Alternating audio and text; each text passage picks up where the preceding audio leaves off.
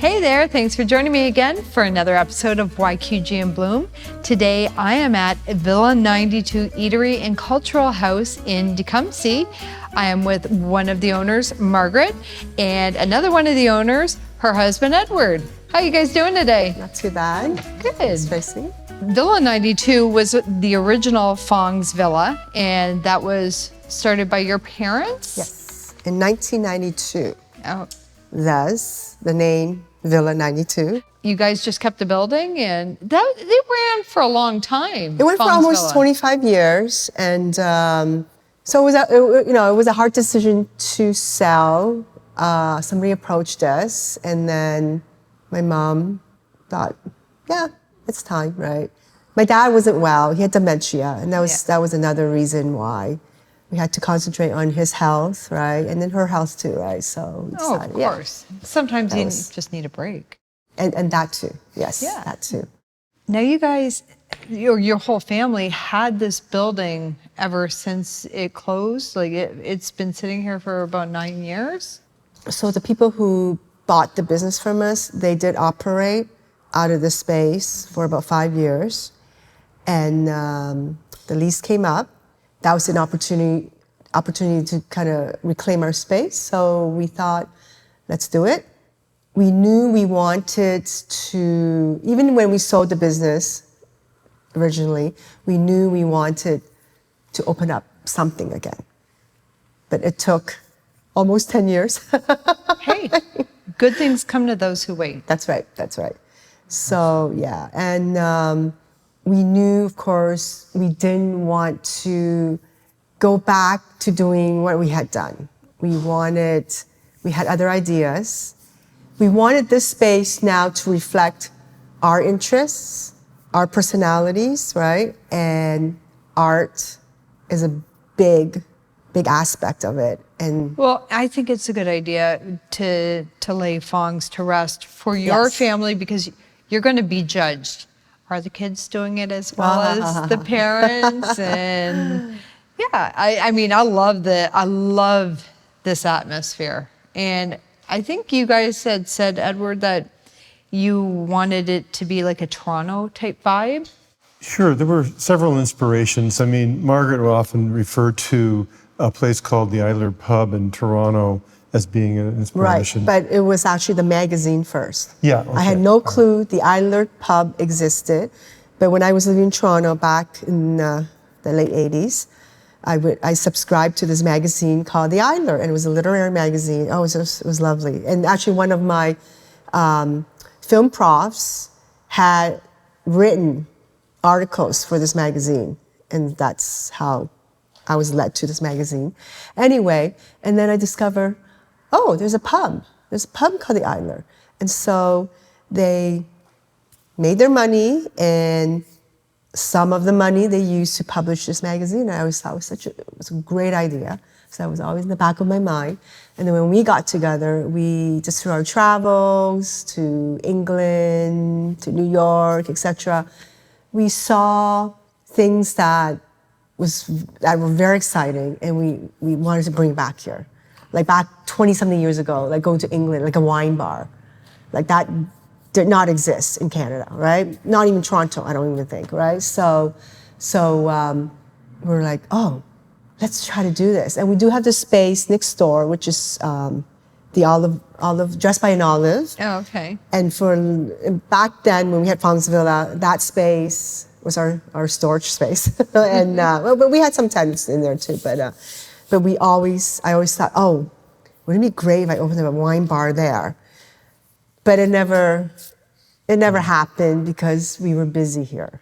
Yet. Yes. And before I knew Margaret, I would regularly go to Detroit, and so the other sort of thing that kind of influenced it was there was a place on Michigan Avenue called the Michigan Gallery, and it was literally an old school like Detroit sort of like pub bar with a big white cube gallery space directly next to it, and the gallery was completely supported by the sale of beer, right? And other things, I'm sure.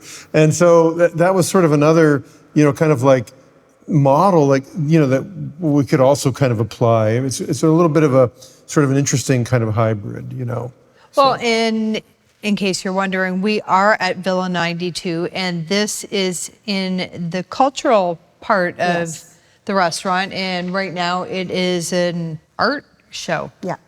Now, what type of art show is it? Well, this is a 4-person group exhibition, 4 artists, 2 painters and 2 photographers. And they're all artists who know one another, have known each other for a number of years, and yet none of them have shown together before. So this is the first time all 4 artists have shown in the same exhibition. So we've got Matthew Houghton, we have Greg Lewis, we have Dean Carson, and we have myself, to round it out. And so essentially, the idea was to kind of build it around a theme, and the theme is called Invisible Truths. And it was sort of around this idea of like, of kind of constructing sort of different sort of narratives and looking at the potential of photography to be and painting to be both kind of a rumination on the outside world, but also a means by which you can kind of look inwards and sort of get a sense of who the artist is. Yeah. And so some of the work is really more about that looking out, and some of the work is more about the introspective aspects of it.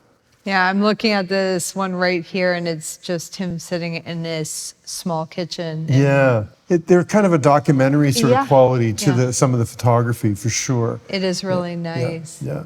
But the space is wonderful. And then behind this room, we have a cafe as well as the eatery.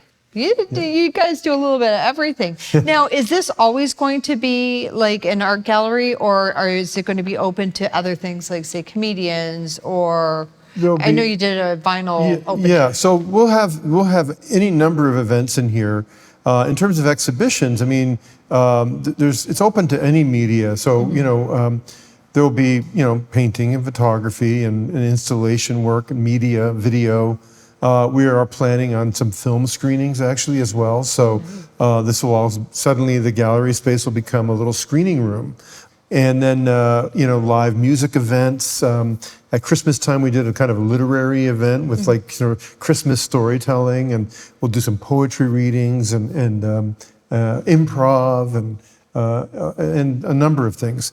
And we'll also have music in the restaurant space as well. Oh, yes, they have a DJ booth set up there. Yeah. But I have friends that are starting an improv troupe, and I told them to give you guys a call. Actually, we've met with Sarah. Oh, you have? We have, yeah. We saw her last Tuesday. Wonderful. Yes. Good. Yeah. So I got to call her still. Yeah, so we're working on the details right now. Yeah. They are very good kids, all of them. So it's going to be fun. I can't wait. It'll be our first dive into improv in this space. So I've taken quite a few classes with them, and they're really good. And I'm so glad that they decided to do that. Yeah. They started off taking improv to be better D&D masters and to play the D&D game. And now they found the love of improv, and they've formed a troupe. That's great. After a few years. So That's it's awesome. nice to see them. I mean, I've only known them for a year, but I've seen a change in them, and they're really great. So the space is going to be an awesome space to bring people in. I think so too. Yes. It's going to be fun and a new experience for us, right? Mm-hmm. And it's the whole family that works. I mean, you guys do have some hired help, but in terms of yes, well, it's mostly my brother, myself, Raymond. Yes. And Raymond, you will always see here. Yes, Raymond. So can I say, or may I say, he's an occasional teacher as well. Okay. for the school board. For That's the public okay. School board. He's an occasional teacher, but I mean, he's a staple in here, and Absolutely. he's a Yes, wonderful yes. guy. Yeah, he's actually been really, really instrumental in really sort of shaping the polish in this space. And he's really very intent on making it as professional as possible. And so, as an artist, I really appreciate that level of sort of care that he's brought to. And I haven't seen that in here as of yet, but I see how he is with the customers and always making sure everybody's happy and okay and getting to know them, Yes. which is an art form that is long gone. And which is actually great because back in the day when we had Fong's Villa, he was always in the back, right? And where their families, like regular customers who would come in and they see him and did not realize that was a brother. Okay, so I had no idea about Raymond until we came in here, but I did know Lucy and you and Edward. So it's nice to see the whole family. It is, and I think this gives Raymond a chance to, I don't want to say to shine, but you know, it's good because again, he was always in the back. He was kind of very low key, and okay, he hid in the back, right? But no, it's good. It's good for him to be out and then talking to customers because that's what Lucy and myself did. And so now I find myself running the kitchen, which I'm really enjoying. Yeah. And then Lucy does the books. books, So you yeah. guys all switch spaces. Like Raymond is now the extrovert, Yes. and you guys Yes. do the. Lucy, yes. Lucy's That's always nice. done the books, but now she's not so much part of the operational But that's aspect, okay. which is okay. And That's okay. We got a yeah, word in this guy Raymond. here. And of course, our sons are Yes, helping they too. are. Yeah, They yeah, are. Yeah. Slowly, yeah. They're coming in and Yeah. doing things in the kitchen and Holding up the bar and actually August was actually running the coffee bar one day. Yes. So Oh, yeah, wow. yeah. That's And good. yeah, so, and then we have our staff. We have a lot of students, mostly students who are working for us out in the dining room, and they're really great. I think they're really nice. they- And they bring creativity to Oh, the for space sure, as well, yes. for sure. and I think they don't mind our quirkiness, and I think because we joke a lot, right? We joke. There a lot. was the one girl that we came here and it was her very first night Okay. and her first time ever serving, and I can't believe the difference in her. Oh, good. Yeah, That's no, good. she's flourished, Okay. That's and great. that's in a short amount of time. Oh, good. No, Good, that's that's no. good. We actually they're a nice bunch, and so quite often we'll make a new dish that we're experimenting with, right? And I think they really appreciate that. Here, try this. We feed them, right? Try this, or this drink we're making. Try this, right? And they will give us their honest opinions. Well, and it wasn't just us. We thought you were just Oh, yeah, doing yeah, that yeah. to us. And the Me too, extrovert just came in. Oh, there he is. Oh, he was playing tennis. He was practicing his Roger Federer serve. Yeah. There you go. Now, getting to my favorite part of this place, the food. Okay. I know you guys still have some of the original Yes. Fong's menu. Yes. After we sold and we knew we were going to be opening up something, we would bump into customers as theirs usually, and they were like asking, "Oh, you're going to be opening up again? What's going on, right?" And I know in the back of my mind, I know they're thinking, "Oh, Are they still it's going gonna to be have Fong's this? Villa. It's going to be Fong's Villa again, right?" Anyway, so I wanted their heritage items. Yeah. Which I like, yeah. So I guess it's not a shock. It's like a shock, right, to some of our regular customers. But also, I love these items. They're great. Like we have the Gerald Tao chicken, but we also do a tofu version of it, and then we have the spicy squid or shrimp or green beans. We also have lemon chicken. You know, these Wonton soup. wonton soup, our spring rolls, our beef dumplings. They're all recipes from the past menu. And then during COVID, we did a lot of testing at home. We just, Yeah. we would, I mean, our boys are sort of definitely curious about the whole process of preparing a meal and cooking. And so we began talking about different things we wanted to try. And then we would actually make a little note. This might be something that we could use when we, kind of open up your new place. And so there were certain dishes, like the wings, for example. We kind of experimented with those wings at home. Yes. There's so many different ways of making chicken wings, but we like to think that the way we're doing it is a little different than most of the other places around here. Because they're not deep fried. Yeah. They're done in a smart oven, a combi oven. They taste like deep fried, but they're way healthier. Well, I call them Wings of Desire because that is a film by Wim Wenders. Little cinematic reference. And I said, like that. this is going to be on the menu, and I am naming it Wings of Desire, right? Anyway, so Same thing with the bulgogi tacos. I Yeah. mean, that was something we we experimented with at home. experimented, and it wasn't the actual recipe. It wasn't put in a taco shell. It was, it was on rice or noodles or whatever, right? But we were making it after the second time Yeah. we made this at home. We thought this would be a great dish in a taco. So we decided, let's do that. Yeah. Yeah.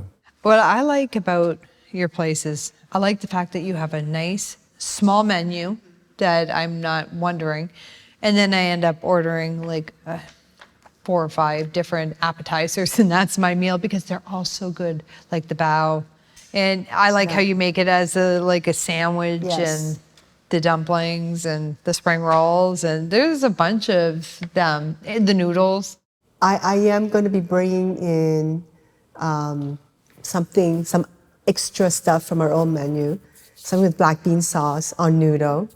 Yes, Thank you. Yes, Chicken with black bean sauce? yeah, it could be chicken or I'm trying to decide chicken or beef. I'm not sure yet. Chicken. Chicken? Okay, all right. Yeah. I was thinking beef, but I think we could do with another chicken dish because we've Yeah. got beef, we've got pork covered. that's true. Yeah. I mean, Oh, and then you have the vegetarian, like the Yeah. grilled cheese, the grilled cheese, the tomatoes. grilled Oh, cheese. so That's good. that. We make our own focaccia, so which is something. We were going to make all of our bread, but Wow. some of it is like this is like we'd have to be a much. full scale bakery if we wanted to do all that, right? Which we could, we. but I think mean, we're- at the very least, making our own focaccia it really makes a difference. And so we make focaccia with pesto and bocconcini and little cherry tomatoes, and you put it on a sandwich press, and it's like it's like an updated grilled cheese sandwich. Oh, it is so good. It is so good. Like I know the first time I had it, and it wasn't 100% hot in the middle, which with the bocconcini, it was so good. I loved it. I loved Right. it. I loved it. The second time I had it, and it was hot, and I love that too. It's like, ooh. This Yeah. is one of those meals that if it's really hot outside, maybe just lightly toast the top. Yeah, that's good to It know. was very tasty, and Yeah. but I like to branch out and try different Totally, things. totally. Although now I'm going to have to get the lemon chicken when we come back Yeah, here we could- because yeah, I love that's- lemon yeah. chicken. There were requests for lemon chicken, so I thought, okay, I got to do it. And at first I was a bit intimidated. I want to make sure I got the breading correct, right? And I think I have it now. Yeah, So- I mean, there's for sure there's been a little bit of sort of trial and error Yeah. early on. Oh, yeah. We for our banh mi, for example. I mean, we've done it a couple of different ways, the getting the right kind of baguette was kind of a challenge initially, and so Margaret had done some research and found that it was a Vietnamese cooking blog, and the suggestion was if you can't get the crusty baguette for this sandwich, try a Mexican bolillo. And it's like, well, we live near Leamington, Yeah. So we went out to Leamington and got some bolillo, and they're really good. But we discovered the profile wasn't quite what we were looking for that sandwich, but it's good for this other sandwich. So anyway, long story short. We found the right baguette for it, and we've been kind of like fine tuning it, and I think it's a pretty admirable sandwich if I don't say so myself. And I think we want to aspire to make our own Vietnamese style baguette. We've been experimenting. I think you should Yeah. have a class because I'd love to learn how to make that. Or we could try to learn together. Hey? Yeah. I would do it in a heartbeat. So I mean, it's not easy. Isn't it? Not easy. Baguette is, Anything good is Yeah. never easy. baguette is probably one of the most complicated things to bake. Oh, I mean, it of doesn't the shock breads, me. of the bread variety. But he has, because we were also experimenting baking French baguettes, just regular French baguettes, in the smart oven. And you've done it. We haven't quite used his baguettes for any of the dishes yet, but they don't have that kind of golden color, but the inside, like it's Perfect. It's the right consistency for sure. But yeah, I think now it's a matter of trying to get the Vietnamese style correctly. Yeah. And it's meticulous, isn't it, absolutely. right? Yeah. So and we have like little regional nods too. Like, when we first opened up, we even had, just for the opening party, Margaret said, let's get some better made potato chips. Yes. So little bags of potato chips. Yes. And, a little Detroit Windsor kind of thing going on. And we did, for one of the happy hours, Detroit style pizza. We did Detroit style pizza. I was very bummed to miss that. Well, we'll do it again. We're making and also we did coney fries one week, and I've been really trying to get the chili to be just as close to an approximation of what you get at that place on Lafayette. I actually have a really good recipe, a faux recipe Oh of yeah. it. Yeah, well, I think good. we got really close, but I'm certainly interested in I trying made the yours, chili too. dogs Yeah. at home a few Yeah. times. It's been a while, Yeah. but I have it saved in The trick Pinterest. is the right amount of cumin, I've discovered. Yes. I had no idea. Yeah, cumin for any kind of chili. Yeah. You just have to absolutely. be able to taste it. No, for sure. But you guys put your heart and soul into each dish, and even with the coffee. Now Yeah. tell us the story of the coffee. Okay. Wow. Coffee espresso. We have a roaster. Yeah. So we roast our own beans here. We've been getting our green beans from Gennaro. Shout out to Enzo. Yes. Yeah. Yes.